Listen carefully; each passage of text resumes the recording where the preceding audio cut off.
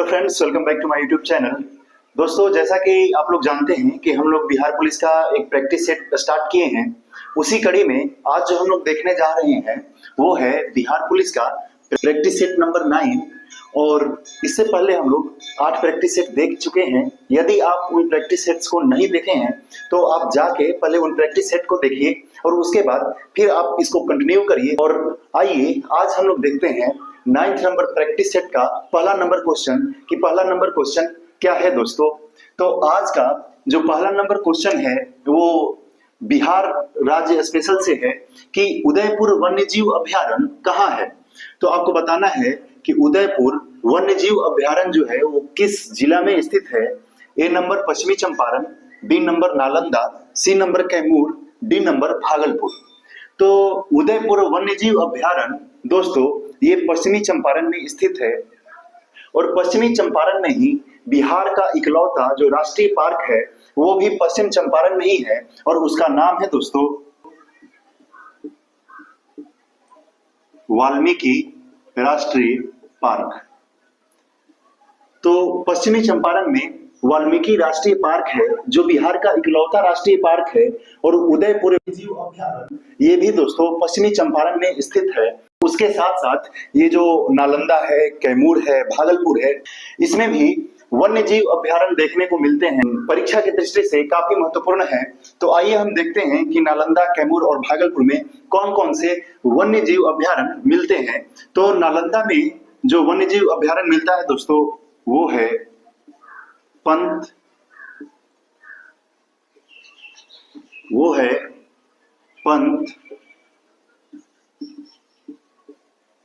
वन्यजीव अभयारण्य। तो पंत वन्यजीव अभयारण्य ये नालंदा में देखने को मिलता है दोस्तों। इसी प्रकार कैमूर में मिलता है कैमूर वन्यजीव अभयारण्य। और ये कैमूर वन्यजीव अभयारण्य जो है दोस्तों कैमूर जिला और रोहतास ये दोनों जिला में देखने को मिलता है। तो कैमूर वन्यजीव अभयारण्य अगर ऑप्शन में आएगा कैमूर और रोहतास तो हम लोग का आंसर होगा दोस्तों कैमूर और रोहतास दोनों। और इसके साथ साथ जो भागलपुर है तो भागलपुर में दोस्तों विक्रमशिला गांगेय डॉल्फिन अभयारण्य है। तो आपसे अगर पूछे कि भागलपुर में क्या है तो विक्रमशिला गांगेय डॉल्फिन अभयारण्य भागलपुर में है। कैमूर वन्यजीव अभयारण्य ये दोस्तों कैमूर और रोहतास जिले में है। और पंत वन्यजीव अभयारण्य ये नालंदा जिला में है। और वाल्मीकि राष्ट्रीय पार्क और उदयपुर वन्यजीव अभयारण्य ये पश्चिम चंपारण में है दोस्तों। इसके साथ साथ हम लोग को कुछ और वन्यजीव अभयारण्य बिहार में देखने को मिलते हैं। आइए उन सभी वन्यजीव अभयारण्य को हम लोग देखते हैं और आप लोग बताने का कोशिश करिए दोस्तों कि भीम बांध वन्यजीव अभयारण्य ये किस डिस्ट्रिक्ट में या किस जिला में देखने को मिलता है। इसी प्रकार है गौतम बुद्ध वन्यजीव अभयारण्य ये कहां देखने को मिलता है दोस्तों। इसके साथ साथ नागी और नकटी ये नागी बांध और नकटी बांध ये भी बांध है। और इसके नागी बांध, नकटी बांध और इसके साथ वन्यजीव अभयारण्य लगा रहेगा दोस्तों। तो ये दोनों वन्यजीव अभयारण्य हैं। तो नागी और नकटी बांध वन्यजीव अभयारण्य ये किस जिला में है दोस्तों। तो भीम बांध वन्यजीव अभयारण्य जो है दोस्तों ये है मुंगेर जिला में है, मुंगेर जिला में। तो भीम बांध वन्यजीव अभयारण्य ये मुंगेर जिला में है। इसी प्रकार जो गौतम बुद्ध वन्यजीव अभयारण्य है दोस्तों ये गया जिला में है। और इस जिला का नाम या इस शहर का नाम अभी हम लोग गया जी के रूप में देखते हैं जो सरकार द्वारा नामित है। तो गया जी में गौतम बुद्ध वन्यजीव अभयारण्य और नागी बांध और नकटी बांध वन्यजीव अभयारण्य दोस्तों ये हो गया जमुई जिला में। तो ये बिहार का कुछ फेमस वन्यजीव अभयारण्य है। इसके साथ साथ एक और वन्यजीव अभयारण्य है जिसको हम मिटा के यहां लिखते हैं दोस्तों वो है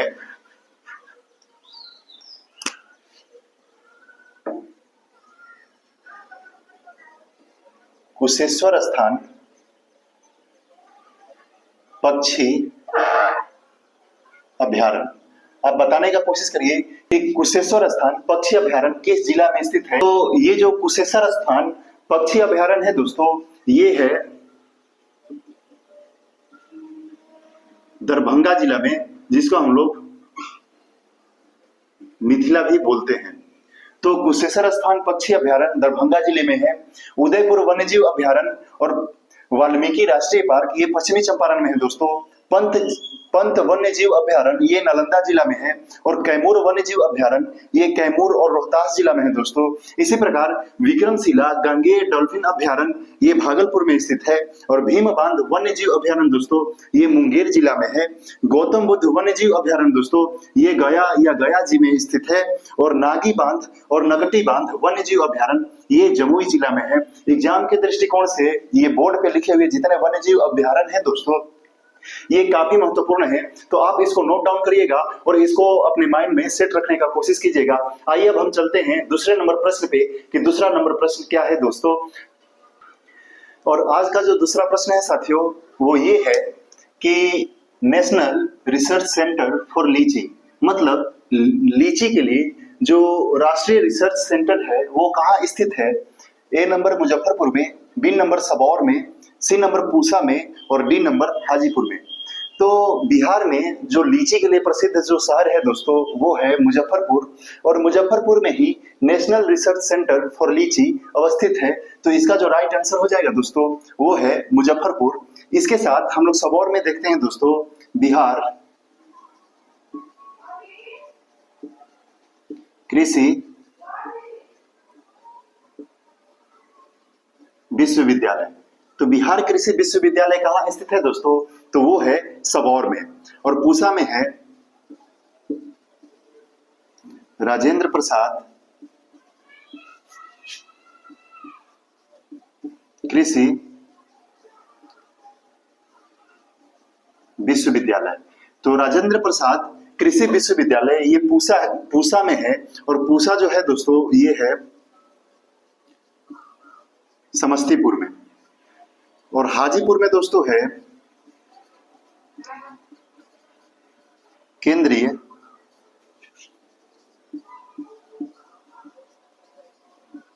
औषधि शिक्षा एवं अनुसंधान संस्थान। तो नेशनल रिसर्च सेंटर फॉर लीची ये मुजफ्फरपुर में है, बिहार कृषि विश्वविद्यालय ये सबौर में है और राजेंद्र प्रसाद कृषि विश्वविद्यालय ये समस्तीपुर के पूसा में है और केंद्रीय औषधीय शिक्षा एवं अनुसंधान संस्थान ये दोस्तों हाजीपुर में है। बिहार स्पेशल में ये सारे प्रश्न काफी इंपॉर्टेंट हो जाते हैं। आइए अब हम लोग देखते हैं तीसरे नंबर प्रश्न पे कि तीसरा नंबर प्रश्न क्या है दोस्तों। और इसमें जो तीसरा प्रश्न है दोस्तों कि सर्वोच्चता की नीति शुरू किया था, मतलब निम्न में से कौन से गवर्नर जनरल थे उन्होंने सर्वोच्चता की नीति स्टार्ट की थी। उसका ऑप्शन है हेस्टिंग्स, डलहौजी, कॉर्नवालिस या कैनिंग। तो सबसे पहले हम लोग समझते हैं कि सर्वोच्चता का नीति था क्या। अंग्रेजों का मानना ये था कि जो शासक वर्ग होता है या जो शासन करता है वो जो गुलाम जो होती है या जो जनता होती है उससे उसका जो पद है वो काफी ऊंचा होता है। उन्होंने अपने आप को सुपीरियर समझने लगे, अपने आप को उच्च कोटि का समझने लगे। तो यही जो मानसिक सोचावट था, यही जो थॉट प्रोसेस था, यही जो उन लोगों का विचार था, इसी को हम लोग बोलते हैं सर्वोच्चता की नीति। और यह नीति जिसने प्रारंभ किया था दोस्तों वो था हेस्टिंग्स। तो हेस्टिंग्स के द्वारा सर्वोच्चता की नीति स्टार्ट की गई थी। और ये जो डलहौजी हैं इनका जो पीरियड था 1848 से 1856 तक, इसने विलय की नीति अपनाई थी। विलय नीति क्या था दोस्तों, जिन भारतीय राजाओं का अपना पुत्र या पुत्री नहीं था तो उन लोगों का राज्य उनके मरने के बाद उसको हड़प लिया जाता था। इसी को हम लोग विलय नीति के अंतर्गत देखते हैं। और विलय नीति के अंतर्गत कोई जो शासक है या कोई जो राजा है वो अपना दत्तक पुत्र या अपना उत्तराधिकारी अपने पुत्र के अलावा किसी दूसरे को नहीं चुन सकता है। यही जो नीति था दोस्तों ये विलय नीति था और विलय नीति को डलहौजी द्वारा लाया गया था। ये जो कॉर्नवालिस है दोस्तों कॉर्नवालिस के द्वारा अस्थाई बंदोबस्त की जो कर व्यवस्था था ये कॉर्नवालिस के द्वारा लाया गया था। और ये जो कैनिंग थे 1857 में जो विद्रोह हुआ था, 1857 में जो सिपाही विद्रोह हुआ था ये कैनिंग के शासनकाल में हुआ था दोस्तों। और ये जो अस्थाई बंदोबस्त था दोस्तों ये 1793 ईस्वी में लाया गया था। एक बार पुनः इसको हम लोग देख लेते हैं। सर्वोच्चता की नीति को जो सर्वप्रथम स्टार्ट किए थे वो थे हेस्टिंग्स। लॉर्ड डलहौजी द्वारा विलय नीति का प्रतिपादन किया गया था, या विलय नीति डलहौजी के द्वारा लाया गया था। अस्थाई बंदोबस्त जो 1793 ईस्वी में इंट्रोड्यूस किया गया था ये कॉर्नवालिस के द्वारा लाया गया था। और 1857 का जो सिपाही विद्रोह था दोस्तों ये कैनिंग के दौरान ये घटित हुआ था, या कनिंग के समय 1857 की सिपाही विद्रोह हुआ था। आइए अब हम लोग चलते हैं चौथे नंबर प्रश्न पे कि चौथा नंबर प्रश्न क्या है दोस्तों। और आज का जो चौथा प्रश्न है दोस्तों कि एक वयस्क पुरुष के लिए सामान्य हीमोग्लोबिन की मात्रा प्रति 100 मिलीलीटर रक्त में होनी चाहिए। मतलब 100 मिलीलीटर अगर हम वयस्क पुरुष का रक्त लेते हैं तो उसमें हीमोग्लोबिन की मात्रा कितनी होनी चाहिए। तो इसका जो ऑप्शन है वो 11.5 ग्राम, 12.5 ग्राम, 13.5 ग्राम या 14.5 ग्राम। तो वयस्क मनुष्य के जो 100 मिलीलीटर रक्त लेंगे दोस्तों तो उसमें हीमोग्लोबिन की जो मात्रा निकलेगी वो निकलेगी 14.5 ग्राम। तो इस प्रश्न का आंसर हुआ 14.5 ग्राम। आइए अब हम लोग देखते हैं 5वें नंबर प्रश्न पे कि 5वां नंबर प्रश्न क्या है दोस्तों। और आज का जो 5वां नंबर प्रश्न है दोस्तों कि सोयाबीन में प्रोटीन का प्रतिशत होता है। जैसा कि हम लोग जानते हैं प्रोटीन का जो सर्वोत्तम स्रोत है वो सोयाबीन होता है दोस्तों। तो सोयाबीन में पूछ रहा है कि प्रोटीन का जो परसेंट है वो कितना होता है, जिसका ऑप्शन है 30%, बी नंबर 40%, सी नंबर 45% या डी नंबर 50%। तो सोयाबीन में जो प्रोटीन मिलता है दोस्तों वो मिलता है 45%। प्रोटीन का यदि हम अगर सर्वोत्तम स्रोत के बारे में बात करें तो ये होगा सोयाबीन और दाल। सोयाबीन और दाल से हम लोग को सर्वाधिक मात्रा में प्रोटीन मिलता है दोस्तों। इसके साथ साथ एक क्वेश्चन का आंसर आप लोग दीजिए कि भैंस का जो दूध होता है, भैंस का दूध होता है उसमें वसा का मात्रा कितना रहेगा। तो भैंस का दूध में वसा का जो परसेंटेज रहता है या मात्रा रहता है दोस्तों वो रहता है 7.2%। तो इस प्रश्न के साथ साथ आप इस भी प्रश्न को ध्यान में रखिएगा कि भैंस का जो दूध होता है उसमें वसा 7.2% प्राप्त होता है और सोयाबीन में जो प्रोटीन का परसेंटेज होता है दोस्तों वो 45% होता है। और प्रोटीन का जो सर्वोत्तम स्रोत है वो सोयाबीन है और दाल है। और इन दोनों में कंपेयर किया जाएगा तो सबसे जो सर्वोत्तम जो स्रोत होगा वो सोयाबीन होगा, उसके बाद दाल होगा। आइए अब हम लोग देखते हैं 6ठे नंबर प्रश्न पे कि 6ठा नंबर प्रश्न क्या है दोस्तों। और आज का जो 6ठा नंबर प्रश्न है दोस्तों कि भारतीय अर्थव्यवस्था की विशेषता है। भारतीय अर्थव्यवस्था में आपको जो जो विशेषता या जो जो उसका गुण दिखाई देता है आपको उसको यहाँ पे टिक करना है, जिसका ऑप्शन है कि कृषि की प्रधानता, निम्न प्रति व्यक्ति आय या उद्योगों की प्रधानता, या चौथा बृहद बाजार, जिसमें आपको ऑप्शन छांटना है कि ए नंबर में सिर्फ एक मतलब कृषि की प्रधानता, बी नंबर में एक और दो दोनों मतलब कृषि की प्रधानता और निम्न प्रति व्यक्ति आय, और सी नंबर है एक और चार दोनों मतलब कृषि की प्रधानता और बृहद बाजार, और डी नंबर जो है दोस्तों वो है एक दो और चार तीनों मतलब कृषि की प्रधानता, और दो नंबर है निम्न प्रति व्यक्ति आय और चौथा नंबर है बृहद बाजार। तो भारतीय अर्थव्यवस्था का जो प्रमुख विशेषता है दोस्तों उसमें वो है कि भारतीय अर्थव्यवस्था कृषि प्रधान है और भारतीय अर्थव्यवस्था में यहाँ के जो लोग हैं उनका निम्न प्रति व्यक्ति आय है, मतलब ये लोग कम कमाते हैं। और चौथा नंबर जो है दोस्तों कि बृहद बाजार, भारत एक बहुत बड़ा देश है और पूरी दुनिया के लिए एक बृहद बाजार या बृहद मार्केट अपने आप में यह प्रदान करता है। तो बृहद बाजार ये भी भारतीय अर्थव्यवस्था का विशेषता है। उसके साथ साथ जब हम लोग उद्योगों की प्रधानता देखते हैं तो ये भारतीय अर्थव्यवस्था का विशेषता नहीं है दोस्तों। अगर उद्योगों की प्रधानता होती तो लोगों की निम्न प्रति व्यक्ति आय नहीं होता। वे लोग कमाने के लिए एक जगह से दूसरे जगह पलायन नहीं करते। जैसे हम लोग देखते हैं कि बिहार, उत्तर प्रदेश, झारखंड के जितने भी मजदूर हैं या किसान हैं या जो लोग हैं, वे लोग कमाने के लिए दिल्ली, मुंबई, गुजरात, कलकत्ता इस तरह के बड़े बड़े शहरों में जाते हैं। क्यों जाते हैं? क्योंकि इन राज्यों में जो उद्योगों की प्रधानता है नहीं है, बहुत कम मात्रा में उद्योग मिलते हैं। लेकिन जब हम जाते हैं गुजरात के तरफ, मुंबई के तरफ, फिर साउथ इंडिया में तमिलनाडु के तरफ, चेन्नई में, तो वहां पे हम लोग को उद्योगों की प्रधानता दिखती है। लेकिन ये उद्योगों की प्रधानता कुछ सीमित शहरों में दिखाई देती है। इसलिए जो भारतीय अर्थव्यवस्था की विशेषता में ये उद्योगों की प्रधानता नहीं आएगा दोस्तों। जैसा कि हम लोग जानते हैं कि भारत की 58% जनसंख्या वर्तमान में कृषि पर डिपेंड करती है या कृषि कार्यों में लगी हुई रहती है। तो इसी से हम लोग को पता चलता है कि भारत के जो लोग हैं या भारत की जो अर्थव्यवस्था है उसमें कृषि की प्रधानता है।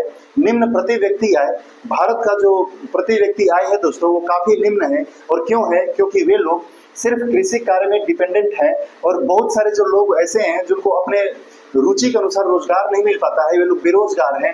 इस वजह से भी निम्न प्रति व्यक्ति आय है। तो ये भी इस अर्थव्यवस्था की विशेषता है। और बृहद बाजार, जैसा कि हम लोग जानते हैं कि भारत एक बहुत बड़ा मार्केट है, ग्लोबल मार्केट है, तो बृहद बाजार ये भी ऑप्शन सही है। तो ये छठा नंबर प्रश्न का जो सही आंसर होगा दोस्तों वो होगा 1, 2 और 4 तीनों। हमको उम्मीद है कि आपको ये प्रश्न अच्छा से समझ में आया होगा। आइए अब हम चलते हैं 7वें नंबर प्रश्न पे कि 7वां नंबर प्रश्न क्या है दोस्तों। और इसमें आज जो 7वां प्रश्न है दोस्तों वो ये है कि सिंधु सभ्यता में आयातित वस्तुएं एवं जगह को मिलान करिए। जैसा कि हम लोग जानते हैं कि सिंधु सभ्यता में जो व्यापार था वो सिर्फ देश के भीतर से नहीं बल्कि देश के बाहर से भी वस्तुओं को आयात किया जाता था या उसका निर्यात किया जाता था। तो इसी में आपको मैच करना है कि इनमें से कौन कौन सा जो बहुमूल्य पदार्थ है या जो वस्तुएं हैं उनका जो व्यापार था या बिजनेस था किन किन देशों के साथ किया जाता था। जिसमें पहला जो ऑप्शन है ये तांबा का है, दूसरा है सोना, तीसरा है टीन और चौथा है बहुमूल्य पत्थर। तो इसमें जो तांबा का जो आयात किया जाता था दोस्तों वो था राजस्थान से। तांबा का जो आयात था वो राजस्थान से किया जाता था। लेकिन एक तो और मिडिल ईस्ट में कंट्री पड़ती है दोस्तों, वहां से भी तांबा को मंगाया जाता था और उस देश का नाम था ओमान। तो सिंधु सभ्यता में जो तांबा का बिजनेस होता था वो राजस्थान से होता था और ओमान से होता था। तो इन दो जगहों से तांबा को आयात करते थे। उसके बाद सोना है दोस्तों, तो सोना ये कर्नाटक से मंगाया जाता था या कर्नाटक से सोना को आयात किया जाता था। और टीन जो है दोस्तों, तो टीन का आयात हम लोग या सिंधु सभ्यता के जो लोग थे वे लोग ईरान से करते थे और एक देश अफगानिस्तान से। अफगानिस्तान और ईरान से वे लोग टीन का आयात करते थे। और ये जो बहुमूल्य पत्थर है दोस्तों इसका आयात वे लोग गुजरात से करते थे। तो सिंधु सभ्यता के जो लोग थे वे तांबा का आयात राजस्थान और ओमान से, सोना का कर्नाटक से, टीन का ईरान और अफगानिस्तान से और बहुमूल्य पत्थर का जो आयात होता था दोस्तों वो गुजरात राज्य से होता था। आइए अब हम लोग चलते हैं 8वें नंबर प्रश्न पे कि 8वां नंबर प्रश्न क्या है दोस्तों। इसमें जो 8वां नंबर प्रश्न है दोस्तों कि ब्लैक फुट नामक रोग किसकी अधिकता से होता है, मतलब इनमें से कौन से तत्व का हमारे शरीर में जब अधिकता हो जाती है तो उससे कौन सा रोग होता है। उसमें जो रोग दिया है दोस्तों कि ब्लैक फुट नामक जो रोग है वो किसकी अधिकता से होता है, तो जिसका ऑप्शन है आर्सेनिक, बी नंबर तांबा, सी नंबर कैडमियम और डी नंबर पारा। तो इसका जो राइट आंसर होगा दोस्तों वो होगा आर्सेनिक। आर्सेनिक की अधिकता से ब्लैक फुट नामक रोग होता है। इसी प्रकार तांबा के अधिकता से दोस्तों विल्सन नामक रोग होता है। तो विल्सन नामक रोग तांबा के अधिकता से होता है। और कैडमियम के अधिकता से दोस्तों इटाई, इसी को हम लोग बोलते हैं आउच। तो आउच आउच या इटाई इटाई रोग ये कैडमियम की अधिकता से होता है दोस्तों, और जो पारा की अधिकता से जो रोग होता है वो होता है मिनीमाता। इसी प्रकार आप लोग बताने का कोशिश करिए कि लोहा का जब अधिकता हो जाएगा तो उससे कौन सा रोग होता है, और इसके साथ साथ आप लोग ये बताने का कोशिश करिए नाइट्रेट की जब अधिकता हो जाएगी उससे कौन सा रोग होगा। तो लोहा के अधिक होने के कारण जो रोग होता है दोस्तों, इसको हम लोग बोलते हैं लीवर सिरोसिस। तो लीवर सिरोसिस जो रोग होता है दोस्तों वो होता है लोहा के अधिकता की वजह से, और नाइट्रेट की अधिकता की वजह से दोस्तों जो रोग होता है वो होता है ब्लू बेबी सिंड्रोम। एक बार पुनः इसको देख लेते हैं हम लोग कि ब्लैक फुट नामक रोग होता है दोस्तों, वो आर्सेनिक की अधिकता से, तांबा की अधिकता से विल्सन रोग होता है दोस्तों, और कैडमियम की अधिकता से इटाई इटाई या आउच आउच रोग होता है, और पारा की अधिकता से मिनीमाता रोग होता है, और लोहा की अधिकता से लीवर सिडोसिस नामक रोग होता है दोस्तों, और नाइट्रेट की अधिकता से ब्लू बेबी सिंड्रोम होता है।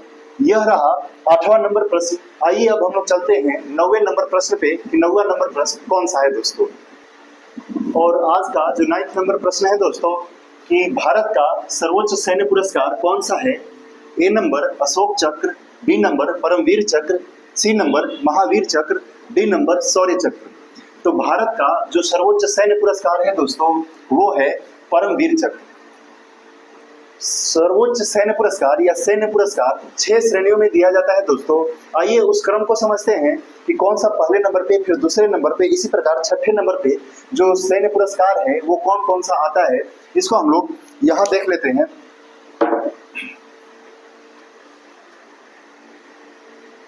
इसमें जो सबसे सर्वोच्च या पहले नंबर पे जिसका स्थान है दोस्तों वो है परमवीर चक्र का। दूसरे नंबर पे आता है अशोक चक्र, और जो तीसरा नंबर है दोस्तों, तीसरा नंबर पे आएगा महावीर चक्र, और जो चौथा नंबर है दोस्तों, चौथे नंबर पे कीर्ति चक्र, और 5वें नंबर पे दोस्तों वीर चक्र, और छठे नंबर पे दोस्तों शौर्य चक्र आता है। तो ये जो भारतीय सैन्य पुरस्कार है दोस्तों उसका सही क्रम है, जिसमें सबसे सर्वोच्च पुरस्कार है परमवीर चक्र, उसके बाद अशोक चक्र, उसके बाद महावीर चक्र, महावीर चक्र के बाद कीर्ति चक्र, उसके बाद वीर चक्र, और सबसे लास्ट में जो पुरस्कार दिया जाता है दोस्तों वो है शौर्य चक्र। तो इसी में पूछा गया था कि भारत का सर्वोच्च सैन्य पुरस्कार कौन सा है, तो वो होगा परमवीर चक्र दोस्तों। हम आपको इस श्रृंखला को भी ध्यान में रखना है, क्योंकि अगर आपको सही सुमेलित करने के लिए दे दिया जाएगा तो जब तक आपको